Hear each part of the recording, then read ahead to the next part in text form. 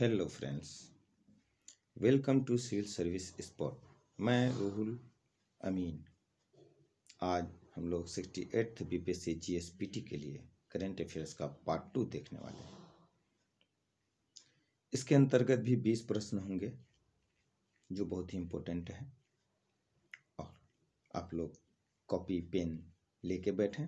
जब भी कोई टेस्ट या फिर कोई क्लासेस करते हैं ऑनलाइन तो उसे बैठ के क्या करें, इससे आप अधिक गेन कर पाएंगे। और कुछ स्टूडेंट्स के कॉल मैसेजेस आए थे, उनका एक्साइटमेंट देख के बहुत खुशी हुई। अभी लास्ट टाइम जब होता है तो सारे स्टूडेंट सीरियस हो जाते हैं। यही चीज़ें बहुत दिनों से कोई शुभचिंतक, कोई पेरेंट्स, फ्रेंड्स, टीचर्स बोल के थक जाते हैं, लेकिन स्टूडेंट जागरूक नहीं होते हैं। काश कि ये भी सोचे कि जो एक्साइटमेंट अभी है ये 4 महीना 6 महीना पहले आया होता तो तैयारी और कितनी बेहतर होती। वैसे स्टूडेंट अपने आप को माप सकते हैं कि अभी इतने सीरियस होकर पढ़ाई कर रहे हैं तो आपके अंदर कितनी नॉलेज आई, कितने निखार आए, आप में जो कॉन्फिडेंस लेवल है कितना हाई हुआ कि हाँ हम कुछ जान रहे हैं, हम इस चीज़ को जान रहे हैं, हम परीक्षा देने के लायक हैं या हम इसे क्रैक कर सकते हैं या फिर इसमें और कितनी मेहनत करें कि हम सफल हो जाएंगे। तो चलिए, देर आए दुरुस्त आए और अभी भी समय पर्याप्त है, इसमें आप सारे सब्जेक्ट को कवर कर सकते हैं। और कुछ स्टूडेंट पे तो हमें एकदम ही भरोसा नहीं था क्योंकि थक चुके थे कह कह के, और आज कुछ दिनों से 2-4 दिन कहें तो उनके बदलाव देख के बहुत खुशी होती, मैं बता नहीं सकता। चलिए, यही स्पीड अगर आप लोगों की रही तो आगे सफलता आप लोगों के कदमों पे होगी। चलिए आते हैं हम लोग क्वेश्चन नंबर 21। यहाँ कहा गया क्वाड का दूसरा शिखर सम्मेलन कहाँ संपन्न हुआ था। चलिए कोशिश कीजिए, कहीं सुने हों या फिर किसी न्यूज़पेपर में पढ़े हों या किसी मैगजीन में पढ़े हों तो दिमाग को निचोड़िए। इस प्रकार निचोड़िए जैसे गन्ना को निचोड़ा जाता है रस निकालने के लिए। जब आप इसको निचोड़ेंगे तो आपको आपके माइंड के सारे सेल खुल जाएंगे। उस समय नहीं जान रहे हैं, अगर कोई बता दिया आपको सही उत्तर तो वो माइंड पूरी तरह से कैप्चर कर लेगा, जो आप नहीं भूलेंगे। इसलिए पहले कोशिश करें। चलिए मैं बताता हूँ। इसका ऑप्शन है न्यूयॉर्क, बी में बेंगलुरु, सी में कैनबरा, डी में टोक्यो। इसका सही उत्तर डी टोक्यो हो जाएगा। सॉरी,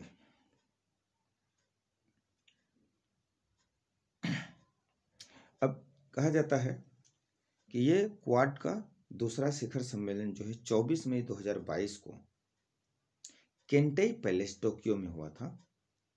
इसमें 4 देश शामिल हैं। कौन कौन? Bharat, America, Australia, Japan. चलिए नेक्स्ट है क्वेश्चन नंबर 22। PBW1 चपाती क्या है? अब जैसे चपाती दिया है तो चपाती में तो दिमाग लगाने से कुछ ऑप्शन को पकड़ सकते हैं। चलिए इसका है सही उत्तर, पहले ऑप्शन से सुन लें। ऑप्शन ए में गेहूं की एक नई प्रजाति है, बी में ग्लूटोन रहित भोजन है, सी में होटलों की एक देशव्यापी श्रृंखला है, डी में रेस्तराओं की एक देशव्यापी श्रृंखला है, ई में उपरोक्त में से कोई नहीं, एक से अधिक। इसका सही उत्तर होगा ए, गेहूं की एक नई प्रजाति है। अब क्वेश्चन ऐसे भी आ सकते हैं, PW1 चपाती क्या है? तो ये गेहूं की एक प्रजाति है। दूसरा क्वेश्चन इससे ये भी क्रिएट हो सकता है कि ये किसके द्वारा विकसित की गई, तो ये पंजाब कृषि विश्वविद्यालय के द्वारा विकसित की गई है। किसके द्वारा? पंजाब कृषि विश्वविद्यालय। नेक्स्ट है 23, भारत ने किस देश को हराकर थॉमस कप पर कब्जा किया? किस देश को? कोशिश कीजिए। अब थॉमस कप के बारे में भी है कि ये किससे संबंधित है, ये भी क्वेश्चन आ सकता है, तो तत्काल इसको देखते हैं। ऑप्शन ए में चीन, बी में मलेशिया, सी में इंडोनेशिया, डी में डेनमार्क और ई में उपरोक्त में से कोई नहीं या एक से अधिक।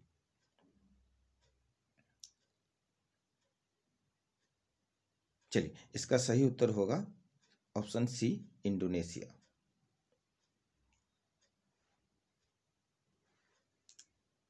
अब इसमें है थॉमस कप किससे संबंधित है? तो बैडमिंटन से संबंधित है।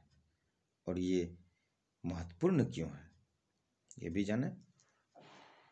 महत्वपूर्ण इसलिए है कि 14 बार के बैडमिंटन चैंपियन रहे इंडोनेशिया को फाइनल में पहली दफा भारत हराकर थॉमस कप पर कब्जा किया है। भारत पहली दफा इंडोनेशिया को हराया है थॉमस कप में और अपना विजय प्राप्त किया। चलिए, question number 24, doctor Tedros Ghebreyesus Adhanom किस अंतर्राष्ट्रीय संगठन का महानिदेशक नियुक्त किया गया? डॉक्टर टेड्रोस गेब्रेयेसस एड्रेनॉम किस अंतर्राष्ट्रीय संगठन का महानिदेशक नियुक्त किया गया? ऑप्शन ए में वर्ल्ड बैंक, बी में यूनेस्को, सी में WHO और डी में IMF और ई में उपरोक्त में से कोई नहीं या एक से अधिक। इंपॉर्टेंट है, गौर कीजिए। इसका सही उत्तर है ऑप्शन सी, WHO। ठीक है। अब यह है कि इथोपिया के डॉक्टर, ये इथोपिया के हैं, डॉक्टर टेड्रोस गेब्रेयेसस एड्रेनॉम, इसको विश्व स्वास्थ्य संगठन का महानिदेशक नियुक्त किया गया है। ठीक है। और नेक्स्ट क्वेश्चन है 25, विश्व प्रेस स्वतंत्रता सूचकांक में भारत का स्थान क्या है? Option A 142, B 136, C 146, D 150। कौन सा है? इसका सही उत्तर 150, ऑप्शन डी। अब यह है कि ये कितने देशों की सूची है?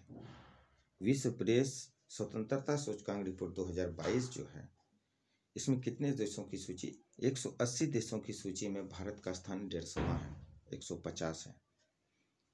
इस सूचकांक में पहले और दूसरे स्थान पर क्रमशः नॉर्वे और डेनमार्क है। कौन कौन? Norway, Denmark. यह रिपोर्ट फ्रांस का गैर सरकारी संगठन रिपोर्टर्स विदाउट बॉर्डर द्वारा जारी किया जाता है।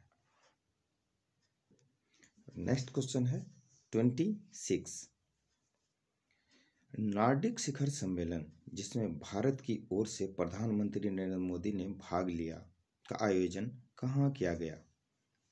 Option A Stockholm, B Copenhagen, C Madrid, D Reykjavik. चलिए, कोशिश कीजिए और ई में उपरोक्त में से कोई नहीं या एक से अधिक।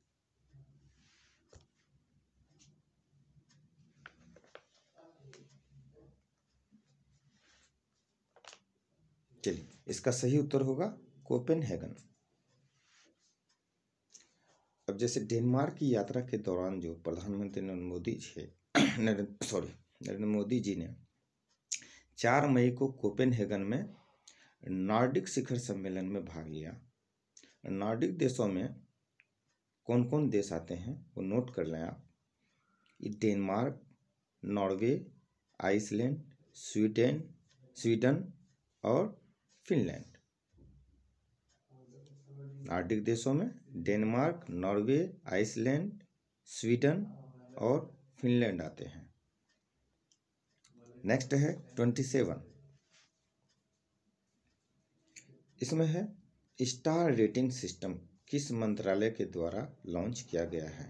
स्टार रेटिंग सिस्टम किस मंत्रालय के द्वारा लॉन्च किया गया है। ऑप्शन ए शिक्षा मंत्रालय, बी गृह मंत्रालय, सी पर्यावरण वन एवं जलवायु मंत्रालय, डी कृषि एवं किसान कल्याण मंत्रालय। ई में उपर्युक्त में से कोई नहीं या एक से अधिक। चलिए कोशिश कीजिए। हमें लगता है इसे पकड़ लेंगे अगर थोड़ा आईक्यू का प्रयोग करेंगे, कोशिश करेंगे, दिमाग पे जोर डालेंगे, दिमाग को निचोड़ेंगे तो पकड़ लेंगे सही उत्तर को।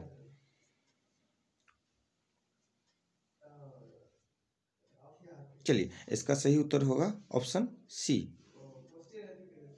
ऑप्शन सी में पर्यावरण वन एवं जलवायु मंत्रालय। क्या है कि पर्यावरण वन और जलवायु मंत्रालय द्वारा स्टार रेटिंग सिस्टम लॉन्च किया गया है और यह सिस्टम कम अवधि में पर्यावरण को मंजूरी देता है।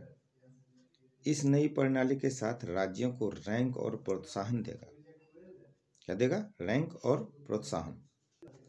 नेक्स्ट क्वेश्चन है 28, भारत द्वारा विकसित पिनाका क्या है। भारत द्वारा विकसित पिनाका क्या है। इसका ऑप्शन है ऑप्शन ए जंगी tank, option B multi barrel rocket, option C anti tank guided missile, option D armoured utility vehicle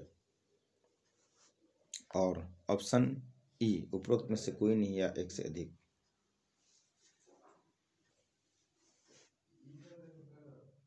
चलिए जंगी tank, multi barrel rocket, anti tank guided missile,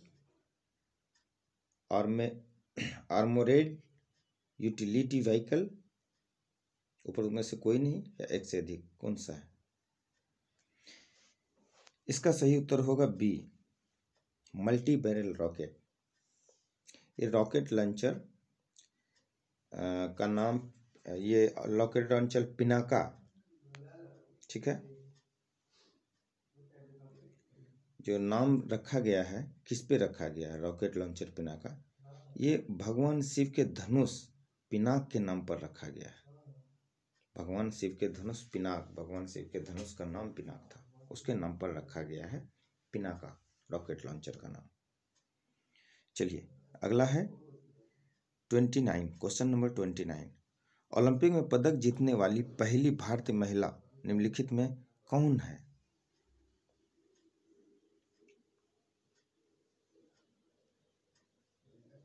option A Karnam Malleswari, option B Mirabai Chanu, C PT Usha, D PV Sindhu. E ऊपर में से कोई नहीं या एक से अधिक। इसको तो पकड़ ही लेंगे आप लोग। चलिए सही उत्तर है ऑप्शन ए कर्णम मल्लेश्वरी। अब सवाल आता है कि कर्णम मल्लेश्वरी किस खेल से संबंधित थी। ये भारोत्तोलन से संबंधित थी और पहली दफा जो भारतीय महिला ओलंपिक में पदक जीतने वाली भारतीय महिला का जो गौरव प्राप्त की थी, तो इस समय कांस्य पदक भारोत्तोलन में जीत के नाम दर्ज कराया था भारत का। नेक्स्ट है क्वेश्चन नंबर 30, अटल सुरंग के निर्माण से किन दो शहरों के बीच की दूरी कम हो गई। ऑप्शन ए बागडोगरा से, ऑप्शन ए बागडोगरा से गंगटोक, बी जम्मू से श्रीनगर, सी लेह से मनाली, डी ईटानगर से तवांग और ई उपरयुक्त में से कोई नहीं या एक से अधिक। चलिए कोशिश कीजिए, कोशिश कभी जाया नहीं जाती, सुने है ना, तो इसलिए कोशिश करते रहिए।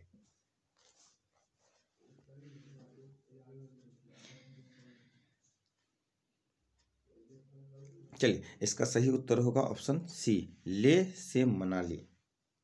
अब ये अटल सुरंग मनाली और लेह के बीच निर्मित विश्व का सबसे लंबा सुरंग है। अटल सुरंग मनाली और लेह के बीच निर्मित विश्व का सबसे लंबा सुरंग है, जिसकी लंबाई 9.02 मतलब 9.02 किलोमीटर है लंबाई। और यह सुरंग मनाली लेह राजमार्ग पर रोहतांग दर्रे के नीचे बनाई जा रही है। तो ये भी पूछ सकता कहाँ बनाई जा रही है, मनाली लेह राजमार्ग पर रोहतांग दर्रे के नीचे बनाई जा रही है। तो इसकी लंबाई कितनी है? कुल लंबाई 9.02 किलोमीटर है। ठीक है, चलिए नेक्स्ट है क्वेश्चन नंबर 31। इसमें है विश्व प्रसन्नता रिपोर्ट 2022 के संदर्भ में कौन सा कथन सही है? तो ऑप्शन हम लोग देखते हैं क्या क्या है। ऑप्शन 1 में है यह report sustainable development solutions network द्वारा तैयार की जाती है। ऑप्शन 2 में है इस रिपोर्ट में पहले स्थान पर फिनलैंड है, जबकि भारत 136वें स्थान पर है। क्या सोचते भी जाइए। और ऑप्शन 3 में है रैंकिंग के मामले में भारत की स्थिति पहले से बेहतर है। कौन सा है सही? इसमें कहा जा रहा है कौन सा कथन सही है? ए में 1-2, बी में 1-3, सी में 2-3, डी में 1-2-3। इसका सही उत्तर होगा 1 और 2 सही है। 1 और 2 में क्या कहता है, फिर आप रिपीट कर लें। यह report sustainable development solutions network द्वारा तैयार की जाती है, सही है। इस रिपोर्ट में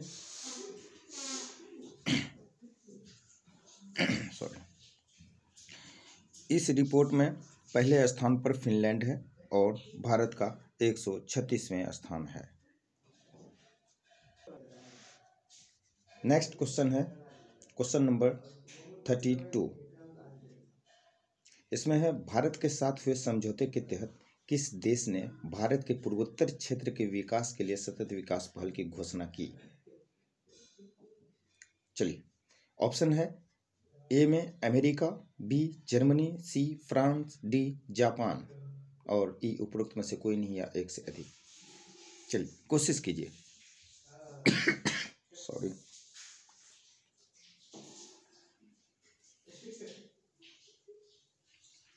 इसका सही उत्तर होगा ऑप्शन डी जापान।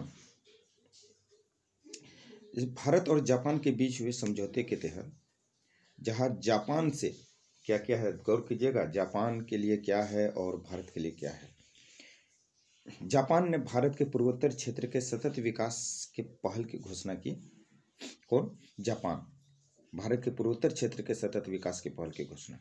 और वहीं भारत क्या कर रहे हैं कि क्लीन एनर्जी पार्टनर को बढ़ावा देने के लिए तथा अगले 5 साल में 5 ट्रिलियन येन सार्वजनिक व निजी निवेश का लक्ष्य निर्धारित किया है।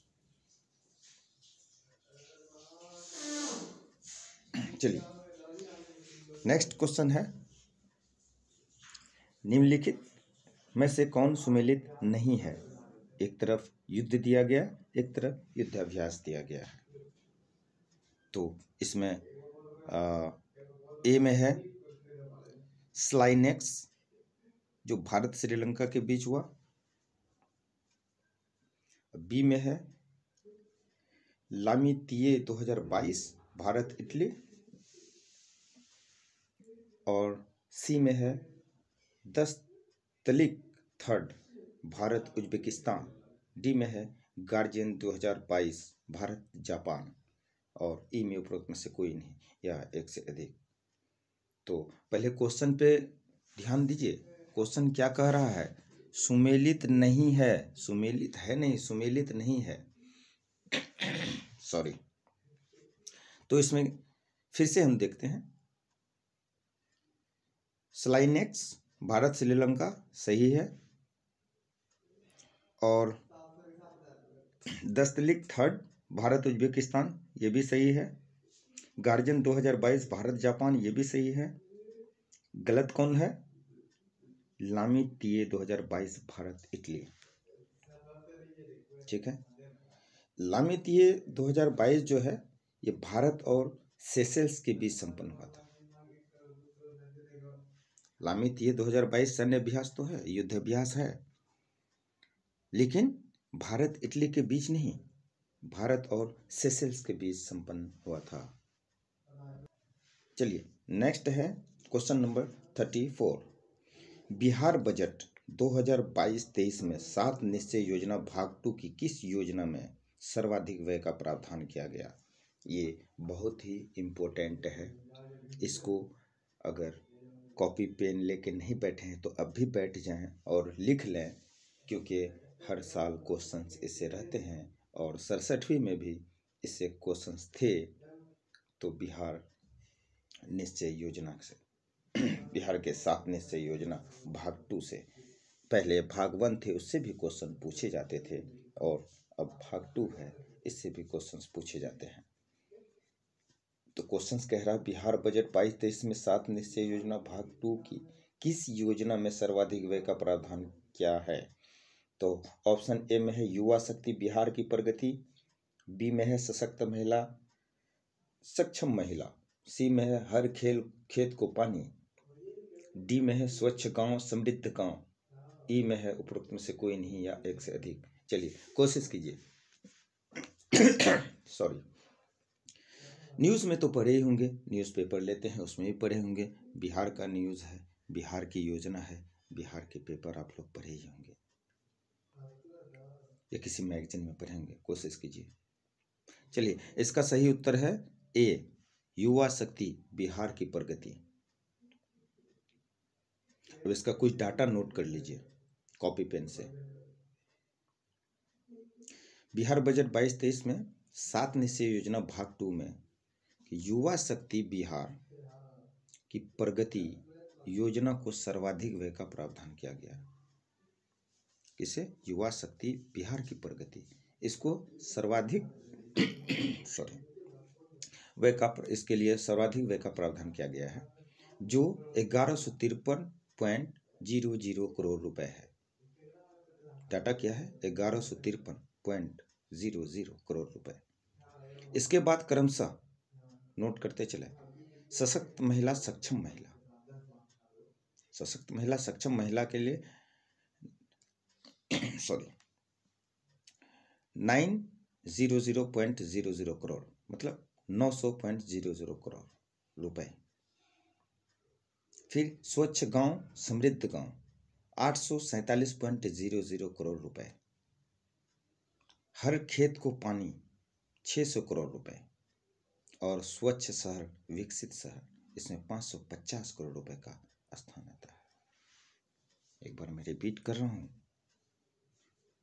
कि बिहार बजट 22-23 में 7 निश्चय योजना भाग 2 की युवा शक्ति बिहार की प्रगति योजना को सर्वाधिक व्यय का प्रावधान रखा गया है, जिसका डाटा है 1153.00 करोड़ रुपए। इसके बाद क्रमशः सशक्त महिला सक्षम महिला के लिए 900.00 करोड़ रुपए, स्वच्छ गांव समृद्ध गांव के लिए 847.00 करोड़ रुपए, हर खेत को पानी 600 करोड़ रुपए, 600 करोड़ रुपए और स्वच्छ शहर विकसित शहर 550 करोड़ रुपए का स्थान आता है। नेक्स्ट क्वेश्चन है 35, क्वेश्चन नंबर 35 निम्न कथनों पर विचार करने के लिए आ रहा है। इसका है कथन नंबर 1 में मणिपुर के जनजातियों द्वारा जीवित जल सेतु का निर्माण किया जाता है। लिविंग रूट ब्रिज, जल सेतु, जीवित जल सेतु का निर्माण किया जाता है। चलिए 2 में, कथन नंबर 2 में है इस पुल को यूनेस्को की विश्व विरासत सूची में शामिल करने हेतु प्रस्तावित किया गया। और कथन नंबर 3 में है इस पुल का निर्माण भूटिया जनजाति द्वारा किया गया है। इस पुल का निर्माण भूटिया जनजाति द्वारा किया जाता है। चलिए इसका ऑप्शन है ए केवल 1, बी केवल 2, सी 2 और 3, ऑप्शन डी केवल 1 और 3, ई में उपरोक्त में से कोई नहीं, एक से अधिक। सॉरी, चलिए कोशिश कीजिए, कौन सा है? इसका सही उत्तर होगा ऑप्शन बी, केवल 2। तो सही पूछ रहा है ना? तो सही में इस पुल को यूनेस्को की विश्व विरासत सूची में शामिल करने हेतु प्रस्तावित किया गया। इसके बारे में कुछ और जैसे जान लीजिए। जैसे मेघालय के मुख्यमंत्री कौन है? कॉनरेड सी संगमा, ठीक है। इसके अनुरोध पर प्रदेश के जीवित जल सेतु को यूनेस्को ने अपनी विश्व विरासत सूची में शामिल किए जाने हेतु प्रस्तावित किया। इस पुल का निर्माण दक्षिण मेघालय के एरिया, देख लीजिए कहाँ है। इस पुल का निर्माण दक्षिण मेघालय के खासी और जैंतिया जनजाति द्वारा किया जाता है। पुल का निर्माण यहाँ पे क्या दिया था? भुटिया जनजाति? नहीं, भुटिया जनजाति नहीं। इस पुल का जो निर्माण है दक्षिण मेघालय के खासी और जैंतिया जनजाति द्वारा किया जाता है। नेक्स्ट क्वेश्चन है क्वेश्चन नंबर 36। इसमें कहा गया है विश्व स्वास्थ्य संगठन द्वारा global centre for traditional medicine की स्थापना हेतु शिलान्यास कहाँ किया गया? Option A Telangana, B Hyderabad, C Bangalore, D Jamnagar, E उपरोक्त में से कोई नहीं या एक से अधिक। चलिए 36। इसका सही उत्तर है ऑप्शन डी, जामनगर। विश्व स्वास्थ्य संगठन के महानिदेशक डॉक्टर टेड्रोस अदनोम घेब्रेयेसस ने global centre for traditional medicine की स्थापना के लिए शिलान्यास 19 अप्रैल 2022 को जामनगर, गुजरात में किया। कब किया? 19 अप्रैल 2022 को। कहाँ? तो जामनगर, गुजरात में। कौन किया? नाम थोड़ा टेढ़ा है तो देख लेंगे। Doctor Tedros Adhanom Ghebreyesus. चलिए नेक्स्ट क्वेश्चन है 37।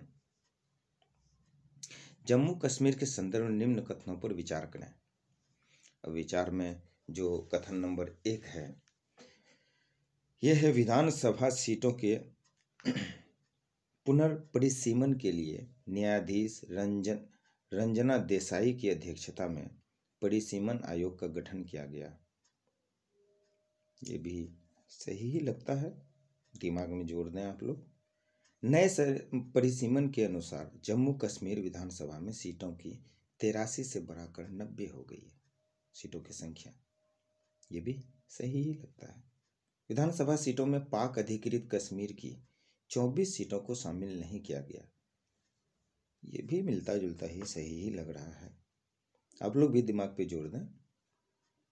अच्छा, नए परिसीमन के लिए आधार वर्ष के रूप में 2011 की जनगणना को अपनाया गया है, न कि 1981 को। 2011 की जनगणना 81 को नहीं। चलिए ऑप्शन में आते हैं। सॉरी, ऑप्शन ए केवल 1 2 3 4, ऑप्शन बी केवल 1 2 4, ऑप्शन सी 2 और 4, ऑप्शन डी 1 और 4, ई उपरोक्त में से कोई नहीं और एक से अधिक।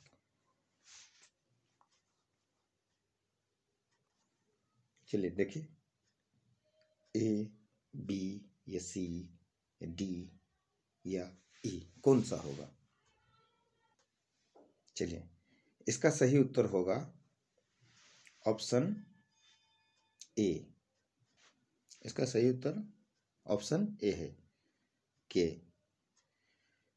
1 2 3 4 सॉरी, एक चीज पे ध्यान दीजिएगा, कौन सा कथन असत्य नहीं है, मतलब गलत नहीं है, सही है। तो इसमें 1 2 3 4 चारों सही है। 4 सही है। तो सही ऑप्शंस को फिर से आपको मैं एक बार रिपीट कर दूं। विधानसभा सीटों की पुनर्परिसीमन के लिए न्यायाधीश रंजना देसाई की अध्यक्षता में परिसीमन आयोग का गठन किया गया था और नए परिसीमन के अनुसार जम्मू कश्मीर विधानसभा में सीटों की संख्या 83 से बढ़ाकर 90 हो गई और विधानसभा सीटों में पाक अधिकृत कश्मीर की 24 सीटों को शामिल नहीं किया गया है। और ऑप्शन 4 में है नए परिसीमन के लिए आधार वर्ष के रूप में 2011 की जनगणना को अपनाया गया है, ना कि 1981 की जनगणना को। नेक्स्ट क्वेश्चन हम लोग का आता है क्वेश्चन नंबर 38। इसमें विदेशों से संप्रेषित धन प्राप्तियों में विश्व में भारत का स्थान है। किसमें? विदेशों से संप्रेषित धन प्राप्तियों में विश्व में भारत का स्थान है। कौन सा है? ऑप्शन ए पहला, बी दूसरा, सी तीसरा, डी चौथा, ई उपरोक्त में से कोई नहीं या एक से अधिक। इसका सही उत्तर होगा ऑप्शन ए पहला। ठीक है। अपने परिजनों या संबंधियों को या अन्य रेजिडेंट्स द्वारा प्राप्त धन को संप्रेषित धन कहा जाता है। इससे बहुत लोग बाहर से कमा के भेजते हैं, अपने परिवार को भेजते हैं, अपने सगे संबंधियों को भेजते हैं, अपने दोस्तों को भेजते हैं। अब जिसे भी ज़रूरत होती है, जिससे जो भी बड़े दिल वाले होते हैं वो किसी को भी मजबूरी देख के भेज देते हैं, मतलब अपने देश में आ जाता है। तो अपने परिजनों, संबंधियों, अन्य रेजिडेंट्स द्वारा प्राप्त धन को संप्रेषित धन कहा जाता है। अब विश्व बैंक की विश्व बैंक की मई 2022 में जारी जो संप्रेषित धन रिपोर्ट है, उसमें 2021 के दौरान सर्वाधिक संप्रेषित धन प्राप्त करने वाला देश भारत है। विश्व बैंक जो मई 2022 में जारी किया संप्रेषित धन रिपोर्ट, तो 21 के दौरान जो संप्रेषित धन हुआ, सर्वाधिक संप्रेषित धन प्राप्त करने वाला देश भारत है, जिसने 89.5 अरब डॉलर धन प्राप्त किया है। कितना? 89.5 अरब डॉलर धन प्राप्त किया। इस मामले में चीन का स्थान दूसरा है। चीन का स्थान दूसरा है, पहला भारत का है। और चलिए नेक्स्ट में आते हैं क्वेश्चन नंबर 39। 24वें ग्रीष्मकालीन डेफलिम्पिक खेल में भारत ने कुल कितने पदक जीते? 24वें ग्रीष्मकालीन डेफलिम्पिक खेल में भारत ने कुल कितने पदक जीते? ए 11, बी 13, सी 16 और डी 19। इसका सही उत्तर होगा सी 16। ब्राजील में ये हुआ कहाँ था? ब्राजील में संपन्न 24वें ग्रीष्मकालीन डेफलिम्पिक खेल में भारत ने कुल 16 पदक जीते, जिसमें 8 स्वर्ण, 1 रजत, 7 कांस्य सहित 16 पदक जीता, जिसमें पदक तालिका में भारत 9वें स्थान पर रहा। 16 पदक के साथ भारत 9वें स्थान पर रहा, जिसमें 8 स्वर्ण, 1 रजत, 7 कांस्य पदक थे। नेक्स्ट और अंतिम प्रश्न, प्रश्न संख्या 40। इसमें कहा गया है निम्नलिखित में से किस भारतीय फोटो जर्नलिस्ट ने फीचर फोटोग्राफी संवर्ग में पुलित्जर पुरस्कार 2022 जीता? मुझे जहाँ तक याद आ रही है कि पिछले वीडियो में भी इस क्वेश्चन को बताया गया है और थोड़ा सा अंतर है दोनों में। तो आप अगर पिछले वीडियो को देखे हैं तो इस उत्तर को तो क्वेश्चन देखते के साथ ही बना देंगे और सही उत्तर का चयन कर लेंगे। चलिए, ऑप्शन है अदनान जाबिदी, सना इरशाद, अमित दवे, दानिश सिद्दीकी। फिर से क्वेश्चन सुन लीजिए। निम्नलिखित में से किस भारतीय फोटो जर्नलिस्ट ने फीचर फोटोग्राफी संवर्ग में पुलित्जर पुरस्कार 2022 जीता? Option A Adnan Abidi, B Sana Irshad, C Amit Dave, D Danish Siddiqui. और ई उपरोक्त में से कोई नहीं, एक से अधिक। इसका सही उत्तर ई होगा। क्यों ई होगा? क्योंकि इसमें सभी कथन सही हैं। अब आगे कुछ जानकारी ये भी प्राप्त कर लें कि फीचर फोटोग्राफी का पुरस्कार राइटर के लिए काम कर रहे 4 भारतीय पत्रकारों, जिसमें अदनान आबिदी, सना इरशाद, अमित दवे और तालिबान व अफगान संघर्ष में जान गंवाने वाले दानिश सिद्दीकी को दिया गया है। तो दानिश सिद्दीकी कौन है? तालिबान व अफगान संघर्ष में जान गंवाया है इसने। तो यहीं पे आज का करेंट अफेयर्स का पार्ट 2 समाप्त होता है और आप लोग 24 घंटे के अंदर रिवीजन भी कर लेंगे तो क्वेश्चन आप लोगों का नहीं छूटेगा। और